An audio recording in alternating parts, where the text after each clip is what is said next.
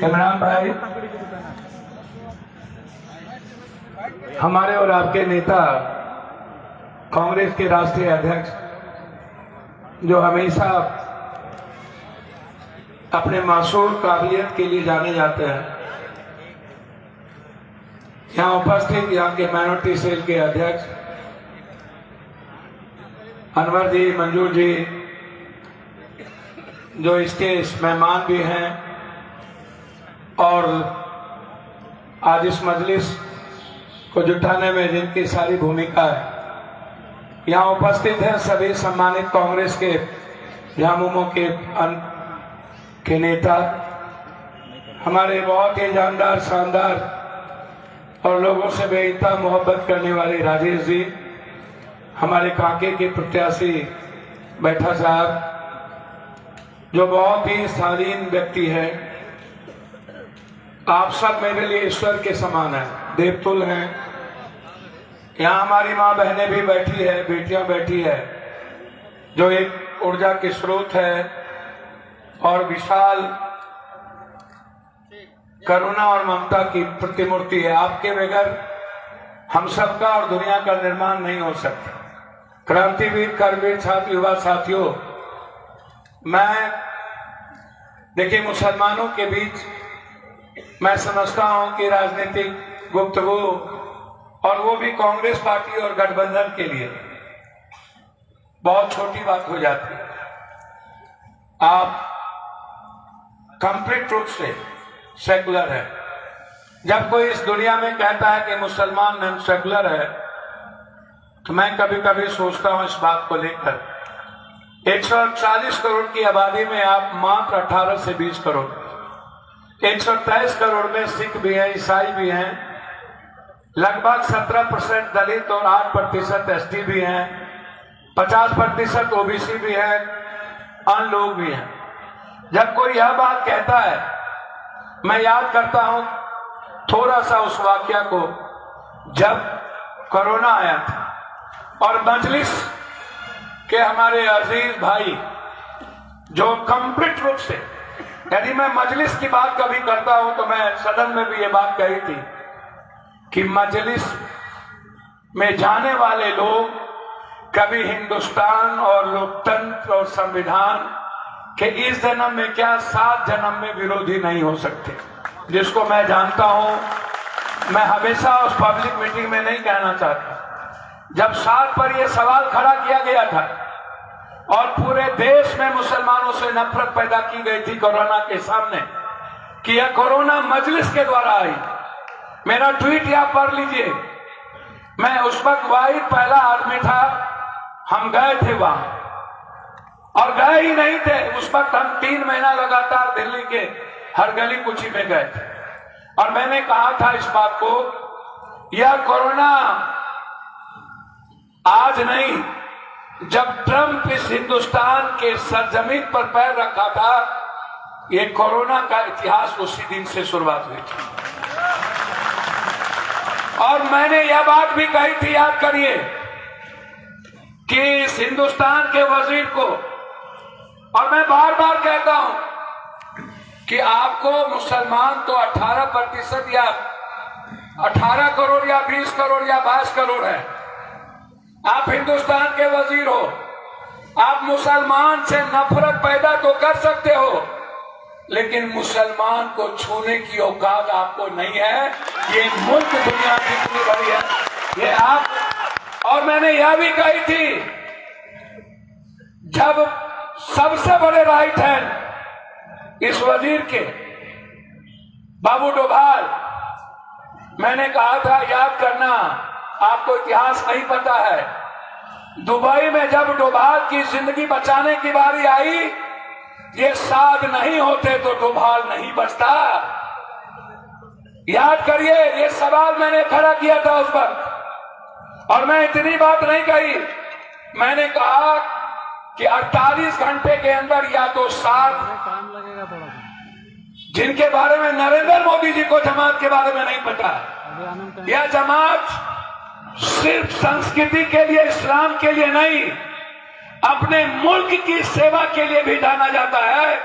यदि दुनिया में ये जमात कहीं जाता है तो शायद मोदी जी को नहीं पता कि हमारे व्यवस्था, हमारे भारत की जो सिस्टम है, उस सिस्टम के महत्वपूर्ण हिस्से में यह जमात भी होता है। और 48 घंटे के अंदर साध का नाम उस टीवी से उतर गया था। और ये बात मैंने पहले कही थी कि नफरत तो हो जाएगा, सब्जी में थूक फेंकवा दोगे, गाली का कारण मुसलमान को बना दोगे, लेकिन जो विषय उठाया है और आज तक साध को कोई छू नहीं पाया। नरेंद्र मोदी जी, जब आप साध को नहीं छिपाए तो मुसलमान को क्या छुपाओगे? आप कभी सोचो ना, कर लिए गिरफ्तार तो ये बात छोड़ दीजिए, मैं उस पर नहीं जाना चाहता। बचा कोई आदमी आके जब कहता है घुसपैठी, हमारी लड़ाई आज नहीं, हम 84 में वाइस प्रेसिडेंट थे, हम एक यूनिवर्सिटी के हम फिर अध्यक्ष बने, उमा जी और इतमरा जी चले गए हमसे लड़ने किशनगंज इसी घुसपैठी के सवाल पर। मैंने तब भी कहा था बांग्लादेशी के सवाल पर सबसे ज्यादा हमारे इलाके में इमरान भाई जाते हैं तो अच्छी अच्छी शेर से हम लोग को पागल कर देते हैं, और इतना अच्छा शेर फिर अभी भी आएंगे तो पागल ही करेंगे। अच्छी बात, अच्छी बात, लेकिन हम तो लड़ाई को तब से जानते हैं, हमारे चेहरे पर इतने निशान हैं, हमारे इलाके से तो ज्यादा मुसलमान कहीं है नहीं। और मैं उस वाक्या को याद है, रितमड़ा, उमा भारती जी, अटल जी रिक्शा पर भाषण देने मेरे यहां से आते थे और अडवाणी जी। आज जो सवाल खड़ा यहाँ पर, एक हेमंता नाम है इसका, हेमंता, ये अपने को बड़का गुंडा कहता है, अब इसको कुछ पता होता है नहीं। पहले ये चले गए गुजरात, जाके बोला कि नरेंद्र मोदी के पाइप में मुसलमानों का खून है, अब इसको वो बात भूल गए। इन्होंने कितनी तबाही की है व्यक्तिगत मैं जानता हूं, और इनसे एक बार नहीं, बिहार, झारखंड, यूपी के सवाल पर जब जब ये जुल्म किए आसाम में, तब तब हम इसके खिलाफ आसाम में जाके लड़े। और यार मैंने इसको एक बार नहीं कहा, मैंने तो कई बार कहा कि हेमंता जी कि गली का कुत्ता भी भौंकता है। मैं आप सबको एक बात कह देना चाहता हूं, कुत्ता जब भूखे ना तो उसको लाठी पत्थर मत मारिए, उसको रोटी दीजिए, खाने लगेगा, चुपचाप चले जाइए, अपना घिनाइए उनाइए नहीं। हाथी चले बाजार, कुत्ता भूखे हजार। भैया 20 साल तुम राज किए हो यहाँ, और 11 साल तुम राज किए हो नरेंद्र मोदी जी। अब अटल जी बेचारे राज किए तो उन्होंने तो उद्योग चीसी सब खत्म कर दिया, लेकिन 11 साल के बाद भी नरेंद्र मोदी जी तुम कहते थे पाकिस्तान तो फलना तो चिलना, कांग्रेस ने तो आपको नहीं रोका। 11 साल के बाद भी यदि हिंदू खतरे में है तो मैं समझता हूं आपको चुल्लू भर पानी में डूब के मर जाना चाहिए। आपको औकात नहीं है।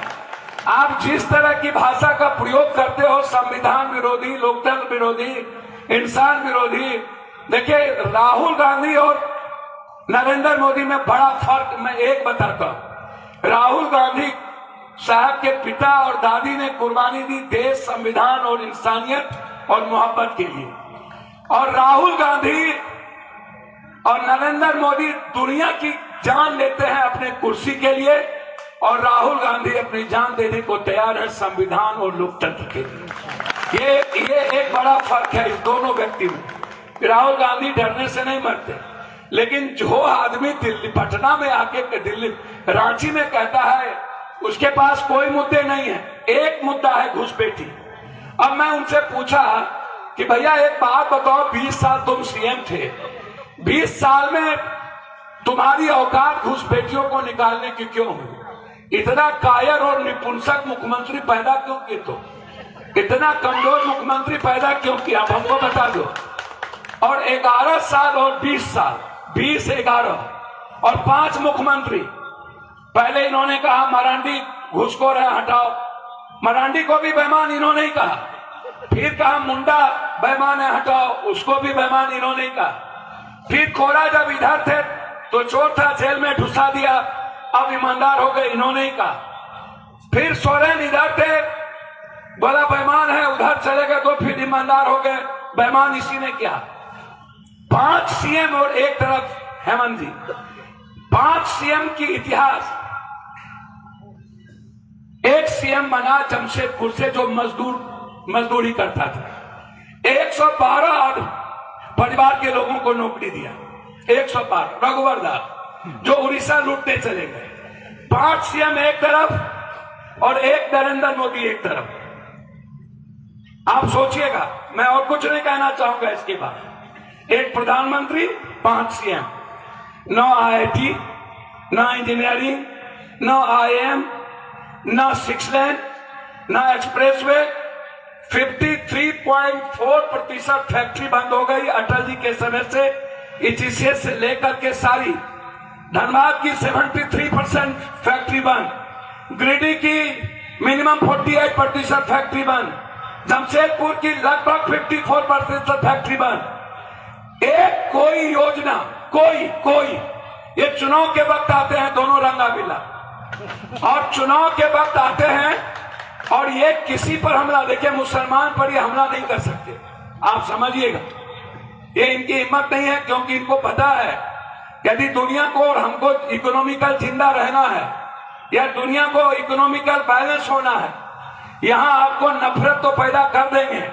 लेकिन मैं दिल से आपको कहता हूं, इन्हें पता है कि इतिहास के बारे में कि गल्फ, अभी अमेरिका का चुनाव हुआ ना, इन्होंने एक दस्तखत किया है, वियतनाम को घेर लिया चाइना, और 1 महीने के अंदर ताइवान पर कब्जा करेगा चाइना। कितना कमजोर प्राइम मिनिस्टर है ये आपको 2 महीने के अंदर दिखेगा, ये याद रखना। 1 महीने के अंदर ताइवान। मैं सिर्फ इतना कहना चाहूंगा आपसे कि यह व्यक्ति मुसलमान हो या कोई ऐसा समाज छोटा, वह उससे भी जो आदमी दुनिया को तरक्की देता है, दुनिया की जिंदगी देता है, वो गल्फ कंट्री, चाहे ऊर्जा का सवाल हो, चाहे भारत के इकोनॉमी पावर का सवाल हो, चाहे तेल का सवाल हो, जब हमारी प्रिंसिपल कहती है कि हमें हर कंट्री से किस तरीके रिश्ते रखने हैं, और वो गल्फ कंट्री मुसलमानों का भी, तो आप हमको जरा बताओ कि ये मुसलमान से कैसे लड़ेगा? सीधा सवाल है। आप डरपोक हो, नबी साहब को कोई गाली देता है तो आप चिंता में पड़ जाते हैं। देखो ये प्रचलन चल गया है, आप समझो, थू मेरे मुंह पर थूक पड़ा कि आकाश में पड़ा। हाथी चले बाजार, कुत्ता भूखे आ जा। अब नबी ने पप्पू यादव को पैदा किया है, और हम भी नबी के लिए यदि दुनिया को खत्म करने चले तो इस्लाम का क्या होगा? कभी सोचे हो कि इस्लाम कैसे? नबी के बारे में, आप मोहम्मद साहब के बारे में और हजरत के साहब के बारे में इतिहास जान लो। कभी भी नफरत मत करिए। आपसे मैं एक बात कहना चाहता हूं, कह के जा रहा हूं, आप बेफिक्र रहिए। ये घुसपैठी ये जो नफरत वाली बात है, तो इसके लिए तो अमित शाह और राजनाथ सिंह को रिजाइन कर देना चाहिए। यदि झारखंड में कहीं से घुसपैठी है तो इनको जिंदा रहने का, इनको चुल्लू भर पानी में डूब के मर जाना चाहिए। और जो हेमंता है ना, इनको पता ही नहीं कि घुसपैठी आसाम से होता है, और ये इतना बेवकूफ आदमी है। इन पर हम 2 दिन के अंदर इनका सारा और पोल खोलने वाले हैं। इनके बीवी के अकाउंट में कितना कितना पैसा गया है, और ये सारा 60% लगभग ये चाय का बगान हड़प लिया है। इसीलिए इनका पोल 2 दिन के अंदर हम खोलेंगे और इनको यहां से भगाएंगे। मैं इतना ही कहूंगा कि यह चुनाव, एक तरफ 5 मुख्यमंत्री, एक तरफ नरेंद्र मोदी का झारखंड के साथ सौतेलेपन का व्यवहार, दूसरी तरफ बगल में उड़ीसा और छत्तीसगढ़ 1 महीना के अंदर 1900 एकड़ जमीन और 3300 एकड़ जमीन दोनों स्टेट में अदानी को दे दिया। ये लड़ाई मुसलमानों की नहीं है, ये लड़ाई इस झारखंड के हर उस समुदाय की है, चाहे वो छोटा व्यवसायी हो। ये बड़े व्यवसायी अदानी से मोहब्बत करते हैं, झारखंड के मिडिल क्लास के व्यवसायियों से नहीं, झारखंड के किसानों से नहीं, झारखंड के आदिवासी से नहीं। आदिवासी लीडर को तो इन्होंने बिठा दिया था बीजेपी से, और ये अदानी के किसी को बैठाएंगे। आदिवासी की बात भूल जाइए, नहीं तो मरांडी को किसी को सामने लाते, ये आदिवासी की संस्कृति और तहजीब को खत्म करना चाहता है। इसीलिए आप हमारी ताकत है, आप पर हम गर्व करते हैं। और यदि कांग्रेस की विचारधारा यदि दुनिया में इस देश के संविधान और लोकतंत्र के साथ साथ अमन और मोहब्बत का है, किसानों को लेकर के है, यदि सबसे विचारधारा बेरोजगार से युवाओं को लेकर के है, वो कोई और जाति नहीं है। बची हेमंत, जिसको आज भी ये मरवाना चाहते हैं। और ईडी का आज भी कई विधायकों के यहाँ, चंपा सोरेन जहां से लड़ रहे हैं, वहां जो विधायक थे वो अगले बार बीजेपी के साथ लड़ रहे थे। आज 8 बजे से उनके यहाँ ईडी जांच चल रही है। और सुनील श्रीवास्तव के साथ हम यहाँ मुख्यमंत्री होते ना, तो सबसे पहले अमित शाह जी और हेमंत बिस्वा को उठा करके जेल में ठूस के हम बंद कर देते। इसको हम बताते, ये जो ज्यादा तेज बढ़ते हैं ना सर, कुछ नहीं होता। हमारी बिल्ली हम से भी हो, टीट फॉर टैट। तुम क्या दूध के धुले हुए हो क्या? तुम बड़का बड़का बक्सा लेकर के उतरते हो, हम वही उसको रोकते।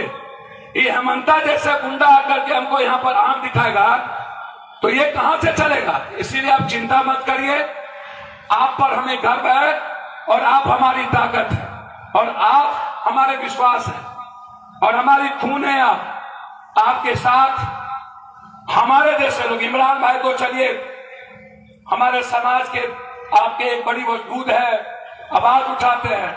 राहुल गांधी जी के बाद यदि कोई शख्स उस सदन में नरेंद्र मोदी को आंख उठा करके चैलेंज कर सकता है, उसका नाम अकेला पप्पू यादव है। याद रखिएगा, हिंदुस्तान में, इस हिंदुस्तान के किसी भी गरीबों का मैंने कभी आंसू बहने नहीं दिया। मैं 7 बार एमपी हूं, 5 बार इंडिपेंडेंट एमपी हूं। मैंने कभी दोबारा इंडिपेंडेंट एमपी, एक बार कोरा हुआ था, चौथे स्थान पर चला गया। मैंने किसी से भीख नहीं मांगी, हमेशा आवाज दिया। लोग मुसलमानों के सवाल पर नंगा तार समझते हैं सेकुलर पार्टी राहुल गांधी को छोड़, लेकिन पप्पू यादव हमेशा अपने खून और जज्बात के लिए आपके साथ हो या ST/SC के साथ, मैं परिवार की तरह खड़ा रहा हूं। और सच्चाई बोलने में पप्पू यादव को कोई गुरेज नहीं है। मैं हमेशा आपकी वकालत, सदन में तलाक हो, NRC में सबसे ज्यादा किसी ने हिंदुस्तान में सबसे ज्यादा 283 सभा।